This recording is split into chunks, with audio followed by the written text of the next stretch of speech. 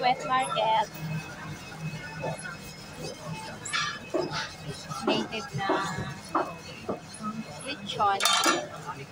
Native na baboy. Ito mga organic daw. Medyo mahal. So, kapag hapon dito, sale na ang mga gulay. 3.10 yun. 3,420. 3,420. Diba? Prutas.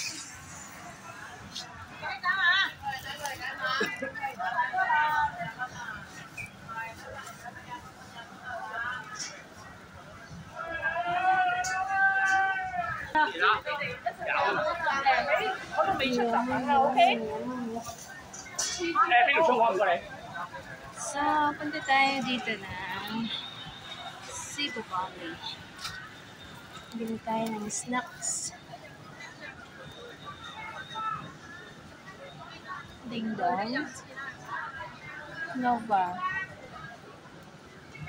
Parang gusto ko ng Nova. Ang mura na ng mga bilihin sa hapon.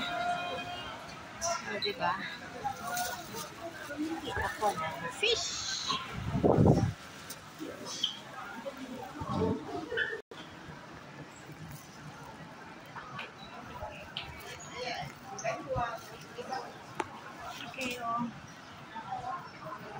TKO Market.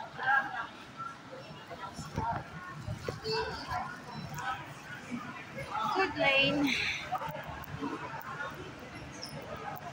Yan. Mga busy ang mga tao dito kapag hapon. Kasi madaming sale na gulay. Mga mura. Store.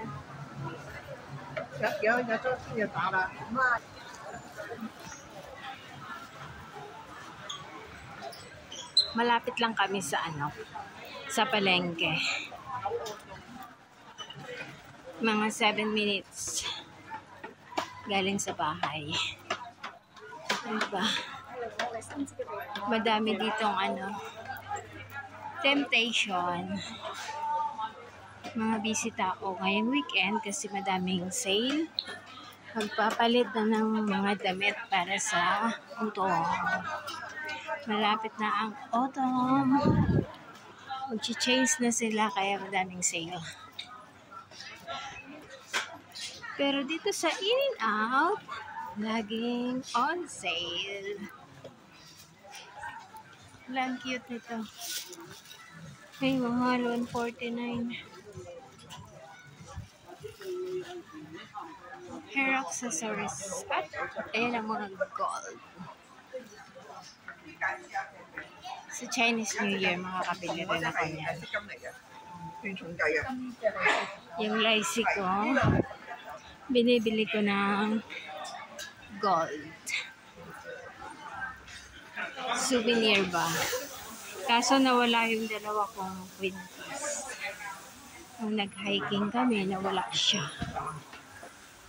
Ayan, TKO.